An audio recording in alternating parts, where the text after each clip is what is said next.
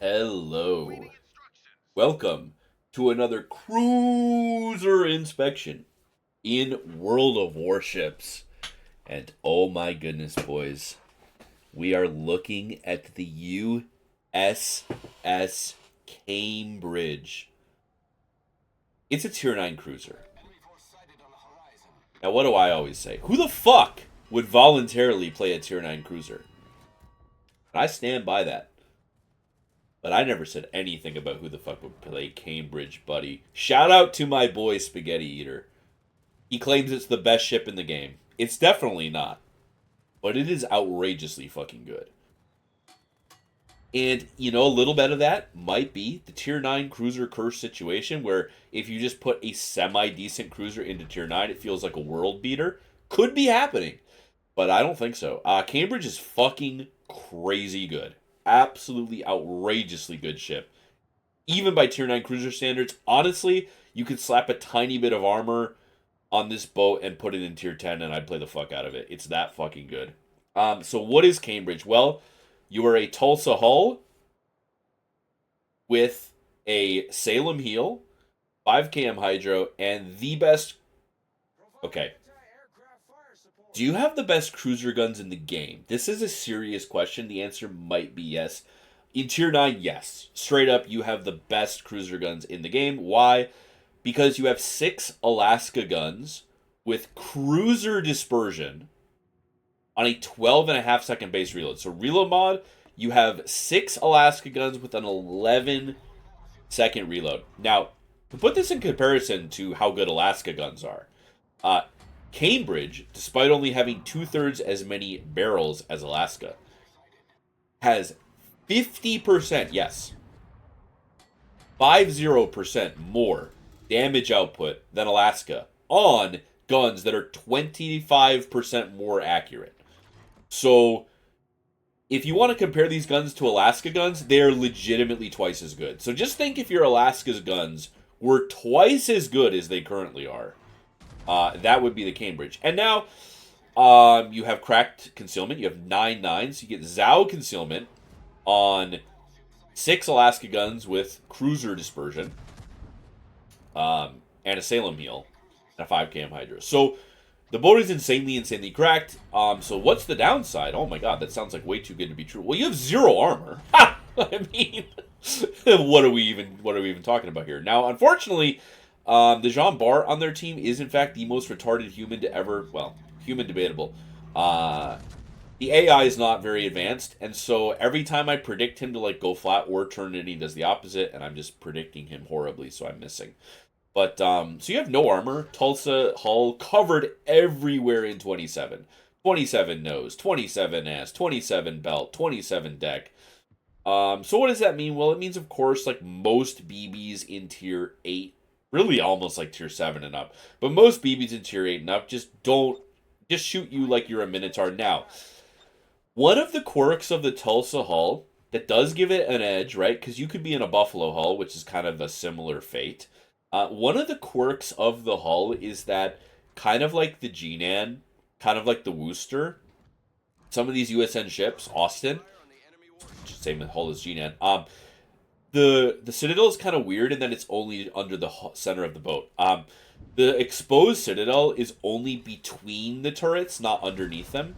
And then the Citadel extends underneath the turrets, but it's like a submarine. So it's kind of interesting because what it does mean is, much like Incheon as well, is that if you go perfectly bow in to BBs with 406s, they actually don't tend... I mean, look at that dispersion, boys. Look at that dispersion, right? And we are running Outnumbered. And now, Outnumbered in this game isn't going to activate super much. I think in either of these replays. But when you run Outnumbered, you don't have Cruiser Dispersion, you have Destroyer Dispersion. So, Outnumbered Cambridge, basically, it's Destroyer Dispersion on Alaska AP, which is... I mean, I think that's pretty nifty, I would say. So insanely good guns, and that's it basically. It's just the guns, right? The super heal is really nice when you fight other cruisers. you know, obviously it's still an asset. As long as you don't take, like, multiple citadels, you know, it's a very Reddit, I'm sure we've all seen the comments. It's a very Reddit take that Salem isn't more survivable than Des Moines because, well, just take 1 or 2 citadels and you can't heal. Which is just, like, outrageous levels of coping that, like, the super heal isn't good. Now, again, I'm going to struggle here again because, you know, any guy with a brain would just kind of reverse behind the rock because he's flat to my whole team, but he doesn't have a brain and he goes forward. So we only hit 2 shells for 6k, which is very sad. So now we're going to aim ahead, but of course, by this time he's angled. He goes flat to my entire team, but takes 0 damage. So it's just kind of is what it is.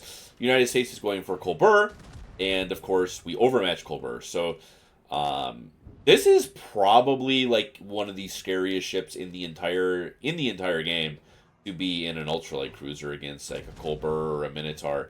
It's kind of outrageous how brutal these guns are to push into. Because, like, the reload, too, is so fast, you can't turn out against it, right? I mean, when this ship is on half HP, it has a better than 10-second reload on the, like, you know. And because the dispersion is so much better than Alaska, each salvo is, like, almost as good as an Alaska salvo, just coming at you, like, 7 seconds faster, right? So, and the twin gun turret artifacts, you know, I've discussed this many times on this channel, but twin gun turrets just have this weird artifact where they just routinely will print 0 daylight dispersion salvos inter turret, which is very odd. Like, never happens with 3 gun turrets, even though theoretically they would have like maybe 10% the chance to print it that the 2 guns have, but different discussion, obviously. It's just a weird artifact. I mean, like, we're stacking 6 out of 6, and it's not one of those cruisers that just elite cruisers. And I've seen this take floated by a few people where, like, Cambridge, it's just like the cruiser annihilator because it has stealth and crazy guns. And yes, it's really good at that. I mean, you outspot like almost every cruiser in tier 8 to 10 or counter spot them quickly, you know? So sure, but like it's also brutal against a battleship. I mean, again, dude, you know, does your battleship enjoy being farmed by an Alaska? No? Okay, well, these guns are twice as good. So, you know, just think, what if 2 Alaskas were farming by a battleship? That's basically the gun. I mean, that's not even really an exaggeration. Like, these guns are 25% better dispersion with 50% better raw damage output, better DPM than Alaska guns. So, I mean, it really is legitimately like 2 Alaskas are shooting your battleship. It's crazy good. And I would say that's why it's worth playing. Like the super heal on this thing is honestly, I'll be completely honest, it's a head scratcher for me because, you know, comparing this thing to Tulsa, they have nearly identical concealment, they have the same hull, they have the same turret layout. The ship gets way better guns than Tulsa. Like, way, not even close. Not even fucking close. And honestly, even if you're shooting at destroyers, I'd still rather have these guns because I'm a salvo weight person. I think salvo weight is actually, like, inarguably better than DPM. Up to a certain point. You know, if you have quadruple the DPM, I'd rather have that than good salvo weight. But, you know, a lot of the time when you raid RDDs, really what ends up happening is you've got, like, 2 legitimately good shots. And that's kind of it. And same thing with cruisers, right? When cruisers go flat, because, you know, Tulsa has more AP DPM. Tulsa will also citadel flat cruisers. But, like, a lot of the time what'll happen is you'll catch a guy flat and you'll have, like, 5 seconds to shoot at him, right? Or 10 seconds to shoot at him, and the boat is way better. A lot of the times when you catch a DD, really, it's like you can get 2 really juicy salvos in, and then he's kited wiggling, and then you can't get damage, right? That's what tends to happen a lot of the time. Why I kind of favor salvo weight with punchier guns over like the raw DPM kind of guns. Now, unfortunately, my entire team has been AFK start to finish, and that's not going to change, despite the fact that we're actually up a boat. This would have been a huge kill right here. If our sub did not kill himself, and my team had been able to pick up this, I mean, look at that. We hit 5 shells on the sub and like almost killed him, right? If we had been able to pick up that kill, there's actually a world we could win this game, because you'll end up seeing why. The Austin player ends up being kind of a troll, and the enemy CV actually is already almost in the A cap. So, but unfortunately, we are in a cruiser. We get cruiser homing, and that means that we have no chance in any in any universe in the multiverse of pushing into a ship like U-4501. We're just instantly dead if we do that. Now, unfortunately, the boat is like no anti-air. As you can see, the close range DPS isn't terrible, but the mid and long range and the flak is basically pure dog shit. So you have really no anti-air. You have quite good maneuverability. You have like an 8-second base rudder shift on an OK turning circle. OK turning circle, which is pretty good. No anti-air. But back to, I kind of lost my train of thought. The super heal on this boat is weird to me. I'm just gonna say it's really weird because the Tulsa comparison is like you're kind of in the same boat with way better guns and no radar. Okay, but like, isn't having the way better guns the compensation for no radar? Like, I would think so. If I was developing this game and I was making Cambridge, I would think like these guns being kind of the best guns on any cruiser in Tier 9 would be the justification for it not getting a radar. Because, like, what? You're going to give this thing a radar so it can radar DDs and then, like, outnumbered destroyer dispersion Alaska HE? Because, right, I mean, Alaska HE hits like a fucking truck, 4,300, 27 fire chance. Like, it's very common to hit DDs for like 6,000 every 10 seconds in this boat when you catch them close. So, I get it, right? It can't have the radar, but. I mean, in my opinion, the guns more than make up for the radar, and the super heal is like pure candy, right? Des Moines versus Salem, right? Salem can only pick one consumable, hydro or radar, but it has the same guns as Des Moines, and the radar is way worse. So, like, Salem getting a super heal and Des Moines not getting one, to me, makes a lot of sense. And Salem can't run the ledge mod. That makes perfect sense to me. You compare, like, a hydro Salem to a Des Moines. Like, this thing with hydro compared to a Tulsa is way better, like, in the comparison than Salem is compared to Des Moines. I would say, like, very much so.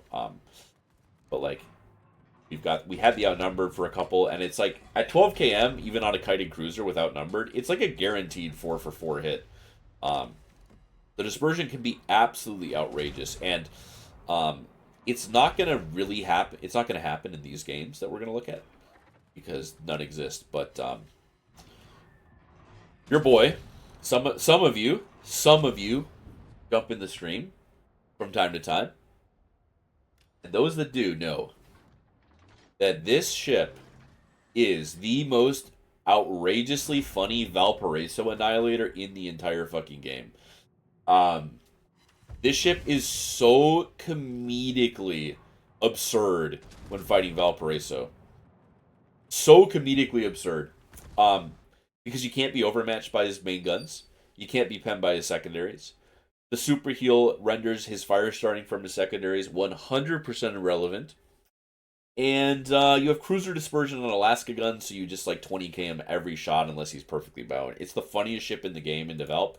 Um, I've been playing nothing but Cambridge this season in clan battles, and all I do is kill the enemy Valp, and it's the funniest fucking thing.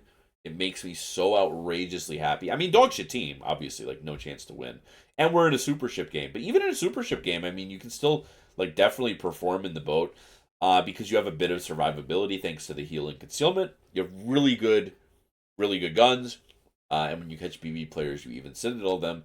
Even without citadeling BBs, being able to hit them for 8 to 10k every 10 seconds with the AP is incredibly fucking cool. And the ship is honestly just really crazy. We're going to get two not crazy games. Two good games, but not like outrageously crazy games. And but the boat just like really performs extremely well.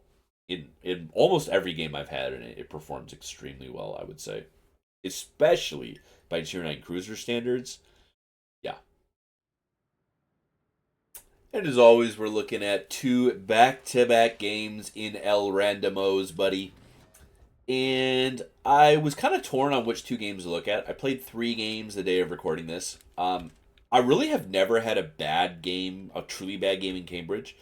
But I'm kind of You know what I'm doing? I'm compensating for the Roussalon review, where I only had full tier 9 lobbies. And so instead of showing you games 1 and 2, we are looking at games 2 and 3. Game 1 was like a really crazy push that I got to perform, like a really crazy push where just like everyone let me shit on them. But it felt a little like a bad faith example of Cambridge because, you know, that's not to say I'll never post a review in a review like that, but I think this game is a little better because this is like, these are two like worst case scenario games, dude, and I think this is more of a selling point for Cambridge than me posting games 1 and 2. Game 1 where I like shit stomped the whole enemy flank. I fought ships with exposed citadels that just let me crush them with AP.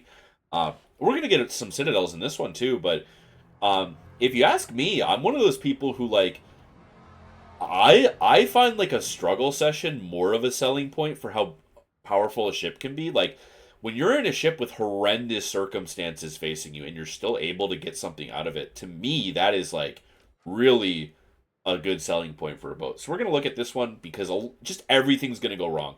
Basically, the entire team on my flank is AFK. Now, my drop literally is AFK.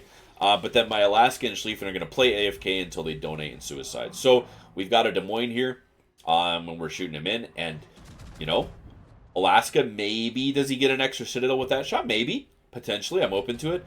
However, does he get a second volley in? No. And this thing, you know, what does it do? It pumps out 2 shots before Alaska is 2/3 done reloading its second shot, right? Is, like I said, 50% more raw damage output with way better dispersion. So, Trump's AFK.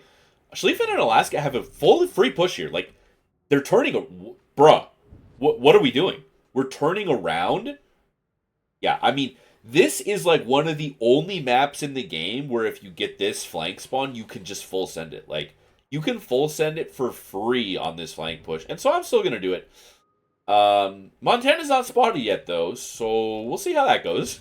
The Monty is, in fact, not yet detected, so, but we're going to send it. Trop AFK, Alaska AFK, Schlieffen AFK. We're going to run at the whole enemy team because we're in the fucking Cambridge, baby. We're in the fucking Cambridge. Get me in there. There's Montana. So I'm completely fucked. I mean, it is what it is, right? But, you know, he's pushing in, getting angled. We're kind of fucking up our aim point, right? And but we're gonna, like I said again, we're gonna get 2 shots off where Alaska only gets 1 off. So very, very cool. Gonna go for like an insanely cringe blind fire in Des Moines, but I don't think I end up hitting him. I can't remember. So we've made it to this rock, and now we have a decision, right? We have a decision. We can, you know, pause, maybe do a little tactical discussion. Do we turn left and camp right here, bow in, facing this way? Or do we come out and turn in and get to here? Now, I think both of these have a lot of merit. If I turn in immediately, I'm guaranteed safe from Montana. The reason why I don't want to turn in immediately, though, is because if the Christopher spots me for the Bremen, I'm just cooked. I'm instantaneously cooked. 0 chance. So I think it turns out that they may not have sent their best when he queued up the game. But, so I'm going to make a really risky play. Now, I'm kind of gambling here that Montana didn't instantaneously turn out. And that I can get... Because if I can get in these triangles, that gives me so much more freedom with how I can maneuver. I can go back. I can go forth. I can push safe into the cap, or I can push risky into the cap. But unfortunately, the Montana does, in fact. He goes around. We artillery bug for no damage. Very unfortunate. And I'm trying to gamble on when he's going to shoot, right? I'm trying to bait him into shooting a little too early. He does. And, you know, battleship moment, he doesn't even do a very good job at aiming. He basically just aims, like, at the tip of my upper bow, despite the fact that he should be aiming waterline where my turrets are. And it's still half my boat gone, right? But even though it is half my boat gone, in a Tulsa, I would need 2 heals to cover the damage lost, right? And in this thing, I can cover it in 1 super heal, so that's very good. I'm trying to really finesse this, because if Montana pushes, I'm fucked. But we back up just enough, and you can see that really nice rudder shift coming in clutch here. And I'm going to risk that this Samoyed's not paying attention, right? So we are going to poke out. But unfortunately, he's going to get angled like just in time. The outnumbered's kind of like going in and out because what's happening is my team is griefing the spotting. And every time they grief the spotting, I lose outnumbered. Every time they don't grief the spotting, I get it. So Des Moines is down. Montana's over there. And so we are going to now definitely push out. And we're going to take that spot that we were thinking about taking originally. So, could I have gotten here and avoided Montana? Quite possibly, I think. It's just kind of one of those, I've got this bad habit of like making the non-patient play. I just don't have the patience. I joke when I stream that like 80% of my deaths are just patience issues. Where it's like, I can sit here for 1 minute and like, yeah, I'm not gonna die. Or I could just like, fuck it, let's go now. Let's go now and get around there. So then we end up dying. But being able to get back up to 37,000 HP and only use a third of our healing is really nice. I mean, again, like, he didn't get a Citadel, which is kind of going back to what I was talking about earlier about how this boat and Tulsa are not impossible to pure bouse it, like straight through the nose, but they're abnormally harder. His shells tend to arm and fuse and detonate inside the upper bow or the bow itself rather than reach the Citadel because the Citadel is farther back, which is kind of a weird like little survivability gimmick that these ships have that a lot of cruisers do not get. A lot of cruisers, the Citadel starts right where the bow plating ends, and then on this and a few other boats, it's weirdly just under the superstructure, which is nice. So I am finally being patient, getting the cap. I'm being patient. My Schlieffen's not pushing the Montana, so okay, still AFK, totally fine. So he's going to not push the Montana. Instead, he's going to sail back perfectly flat to the Montana, get nuked down to most of his HP anyway. So now we're on the Bremen, right? No Citadels, but like 10k, right? I mean, like 10k, 6 out of 6, boys, and just hit so many like 5 out of 6, 6 out of 6 shots in this boat. Nice Artie Bug Wargaming. Thank you for that one. That's a very cool one. So we're kind of scared here because Bremen's DPM is like 400k. Overpens, but again, like 5 out of 6. 5 out of 6 on flat targets at max range is like super common in this boat to just hit like basically every shell constantly gets hit in this boat. So we take him out. The Cyclone's coming in. The Montana is kiting, so I'm going to leave the rock. There's like a super tiny chance as he got dark, he like outrageously turbo slammed on the brakes, but in my mind, there's no way. You can see my concealment on the dotted circle on the map. To me, there's no possible way that he slammed on the brakes fast enough with me kiting this little bit for me to go dark. So we're going to aim a bit in front of him. We're trying to time it with the Cyclone. As the Cyclone hits 11, we shoot to stay dark no matter what. I guess we aimed a little too high, so we get we skipped off his deck and got ricochets, unfortunately. Now, this Montana is going to come back. He's kind of like the weirdest player I've ever seen in my life, and he's just always in a bizarre position. My Schlief is still AFK. My Tromp is, of course, still AFK. I don't think my Tromp has even been in airstrike range of one enemy the whole game. Very interesting, to be sure. So the Schlieffen is on about 30,000 health. The Tromp is, of course, full. Guys, in all fairness, though, Tromp only has Ragnar guns, so, totally not ever worth shooting the guns in Tromp. We all know that. So, I am probably being, a little harsh, because, as I'm sure you guys know, when you play your Ragnar, you never shoot the guns because they're pure junk, right? So, we are going to push in, and I want to get into B, because that's where, the entirety of the enemy team is, right? So, in a perfect universe, I get into B, but I am about to be caught outrageously lacking because the Tromp is, of course, AFK, not in front of me, can't screen. Schlieffen is camped on a rock, AFK, per usual.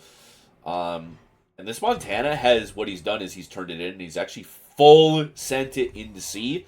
But, he didn't even plan to full send it into sea because his turrets aren't even prepared to shoot anything. I don't know. I'm just weirded the fuck out by it. Back turrets are facing the wrong way. He's making this push, but he didn't turn the turrets while he made the push. I don't even know what to say. really weird, but we have been caught outrageously lacking. Like, his turrets are 180 the wrong way. I can't even explain it. Um, turrets are 180 the wrong way, but we're able to just wiggle enough to dodge. Back turret only, right? Not a time to be greedy. Um, but like, as you can see, you just hit 2 and 2. It's like Elbing dispersion at this range. It's really funny. So, okay, the Montana is now behind the rock, and what I'm hoping is, he's going to fight the Schlieffen. So if I sit here, I can turn around, I can use the Schlieffen for a bit of vision, and I can push in and get some nice, juicy salvos on this Montana. That would be really, really nice, right? Schlieffen's on, like, really good HP pool. Montana's going to take 2, probably 3 shots to kill him, right? So I can use the Schlieffen to spot the Montana. Montana will shoot Schlieffen, and oh no, the Schlieffen goes 90.0 flat to Montana at 6 cam and is instantly one shot. And Sun Yat-sen went secret mission, and now Sun Yat-sen is in my fucking throat, tickling my tonsils, so we are pushing in. Now, Sun Yat-sen has a lot of Citadel protection, a lot. As you can see, we get a non-pen, but it is exposed. So the move here is I'm just trying to get close enough that maybe I can get Citadels. And I'm getting a little greedy. I should just kind of like accept the upper bound. I mean, look at this outnumbered dispersion. Arty bug, to be sure. We are artillery bugging because the game is a pile of shit, but the outnumbered dispersion at this kind of range, boys. I mean, this is why we call it the Valp killer.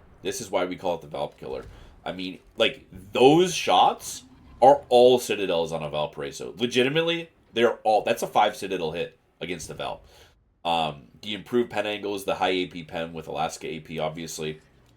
So this here is just, we're greeding. Undeniably, this is greed.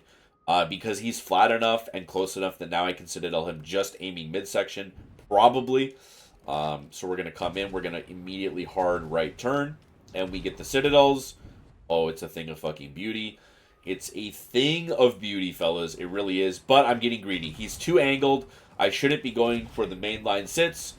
And, of course, the weirdest player in human history, Montana, is back in my fucking throat yet again. So now we're shooting this guy in the bow. And, getting pens at, 15 degrees. Because Alaska pen angles, right, can penetrate at 22-ish degrees.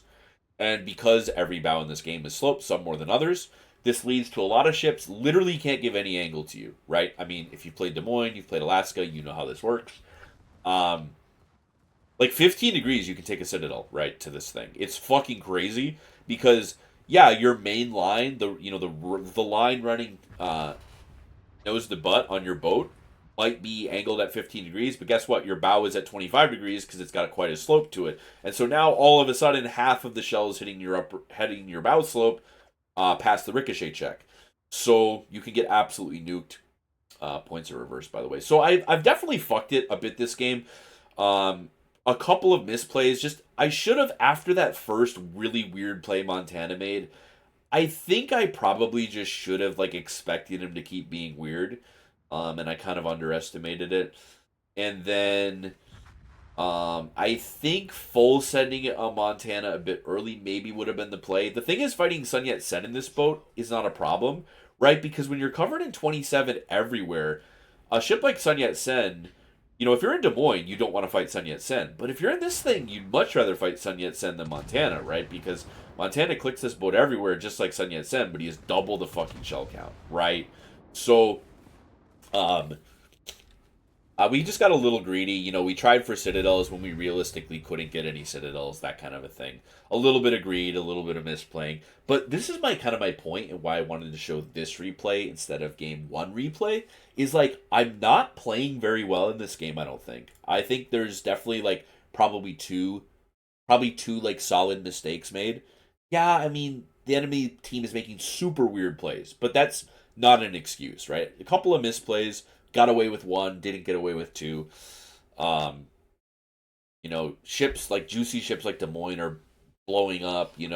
My spotting's getting griefed. My team's AFK, but we're still over 2k base with 150k damage. Playing badly with a horrific team on our flank, Citadeling BBs, right? I mean, it's just, you get in Citadel range of battleships in this boat, it's probably the scariest cruiser in the game to BBs.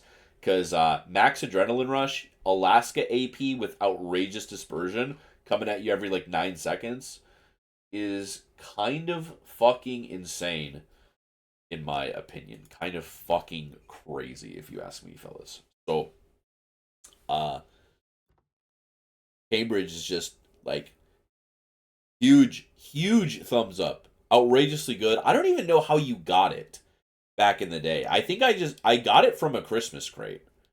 Um, I don't even remember this boat existing. Like this was one of the very few higher tier premiums, tier 9 and 10 premiums, where like I literally didn't know what it is until I saw it in my port and went to Ship Tool. I was like, what even is this boat? Oh my god, it's got like the best cruiser guns in all of tier 9. Also hull sailing meal. That's pretty fucking cool. And it is pretty fucking cool. Um, 2 back-to-back bottom tier games, not playing very well.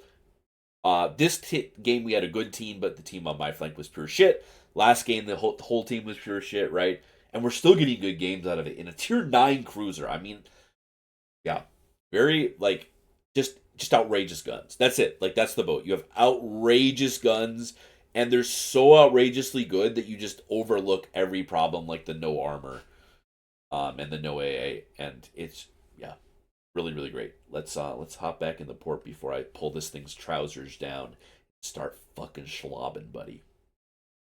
Okay. There's basically one Cambridge build, and then we make a choice in slot 6. All right. Um, Nothing. You could run Hydro mod. Yeah. Okay. Aiming prop, obviously. Concealment, obviously. That's like part of the crazy value of this boat is the concealment. So then, all right, here's the choice. Do I run range bod?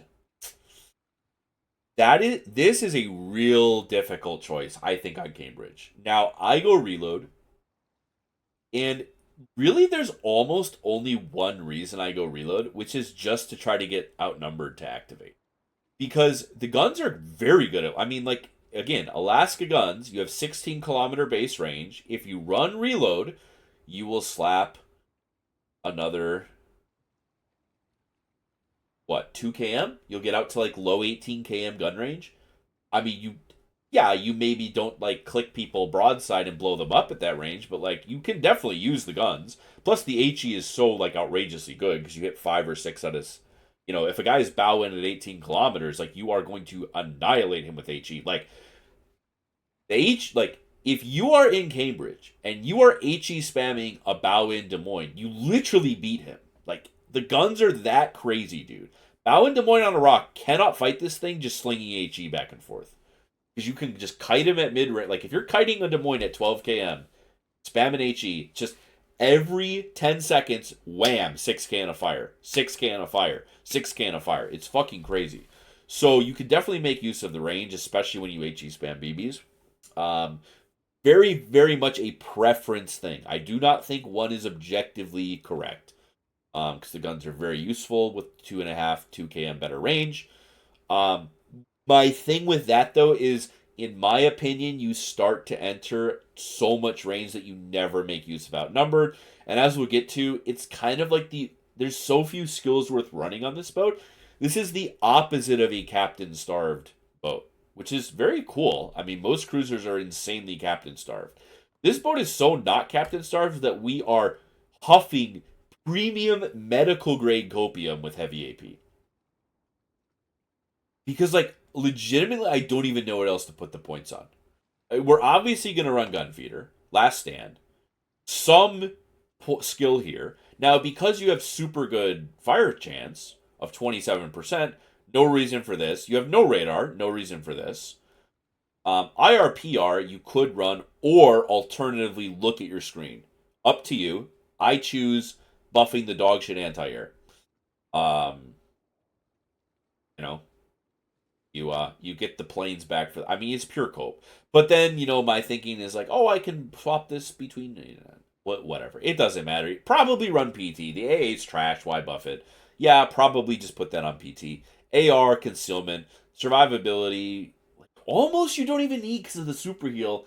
So like you could really, I think you could make a very solid case. You need 1, 2, 3, 4, 5, 6, 7, 8, 9, 10, 11. points on this captain, bro. Like I'm dead fucking serious. You need 11-point captain to play this boat. Yeah, IR or survivability is good. It's an extra 3,500 HP, but again, because you have a super heal, it's less meaningful than normal. And then because you have a super heal and no radar, you do not even kind of need superintendent. Like you'll never use a fourth super heal. Yeah, okay, maybe you'll use a fourth hydro, but what are we doing here, right? And then like a pure cope skill. So like legitimately, this boat is good with an 11-point captain. A tier 9 cruiser. Are you guys hearing me? A tier 9 cruiser needs an 11-point captain. What? Top grade gunner is pointless because you have 10-kilometer detect. So like I mean, okay. Maybe you could put heavy, but the thing is you really want this and this. So you're kind of locked in to 4. You're kind of locked into 11 points, right? And so what I would say maybe is you could give up survivability. Obviously, the heavy AP is like one of the most junk skills in the game, right? Mega cope. I will acknowledge that full stop. You could definitely get rid of these 6 points and grab top grade in addition. But then it's like another question of what do your other 2 points go on? You know what I mean? So we put 4 on top grade because we gave up these two. You really don't even need turret traverse. I mean, 26-second 180 time. You could grab it though. It wouldn't be a bad skill to have. So I'd say give up both of these for top grade turret traverse and IFA. There you go. So we're grabbing 4 1-pointers, ET, adrenaline rush, concealment, outnumbered, and top grade. Now, here's the thing: if you're taking range, outnumbered maybe doesn't make the most sense. But then again, see, like you're pigeonholing yourself because if I have extra range and never use outnumbered, like I'm theoretically never needing top grade. If I'm spamming at range, why would I ever need the top grade? And now this can kind of lead us into a theory on steering gear. The turning circle is pretty good. The rudder shift's already really good, but you could run steering, which gives you 11 km detect. I personally think that doesn't make sense. Um, what I would say is if this had like a 10-second or worse rudder shift, I would be very enticed to running steering gears. But with 8.7 and 750, I would argue that we're getting real close to like diminishing rudder shift time returns. Um, probably getting down to like 7 seconds would feel better than 8.7, but going from like 7 down to 5 maybe wouldn't matter. I don't know. You get what I'm saying? You get diminishing returns dependent on your turning circle radius. So you will turn better with steering, but being able to outspot or catch every cruiser in the game and like totally shit on them, right? And also, you have to keep this in mind, right? You outspot every heavy cruiser in the game, basically. And then you almost catch all the ultralights. But if you catch the ultralights, you overmatch them. So, like, you can play a Minotaur, you're pushing in at 9 km. You spot this thing at 9.5 because the game is a pile of shit. And then it spots you 4 seconds later, and now you're getting clicked by Alaska AP with cruiser dispersion or destroyer dispersion if outnumbered's active. So, yeah, pure cope skill, not super necessary here either. So 6 points. Go ahead and put him in top grade gunner. Not a bad pick, really. I mean, if you're in someone's mouth, that's a second off your reload, right? I mean, that's not the greatest thing, but it's not the worst thing. And you don't need the turret traverse, but it might be nice to have. And then you could throw the last point on IFA. So you have a lot of room to work with on this boat. You have an abnormal amount of room to work with on a cruiser just because the base build is 11 points. You think of like your standard farming gunboat, you know, these ships have like an 18-point base build. Got to take range and fearless brawler and concealment. They have like a 19-point base build. Your average smoke farmer has like a 15-point base build for DDs, right? I mean, this is a like an 11-point base build. I'm not saying run out there to whale this boat, but I mean, if this thing ever came back, what's the rarity? Rare item. Okay. It's rare. Um, I mean, if this came back for coal, I would spend the premium coal price on it legitimately. Like, if this ship came back for coal, we can peep the armory for just a moment. Um, right, Black and New Shishimi are some of the lower tier coal boats that are super inflated in price, right? They're way up there. They like cost more than a tier 10. Like actually super worth. Like if this thing came back for coal, even for the 300k coal price, it would be legitimately on my short list of coal boats in the game to buy. It's so fucking good. It's so satisfying what these guns do.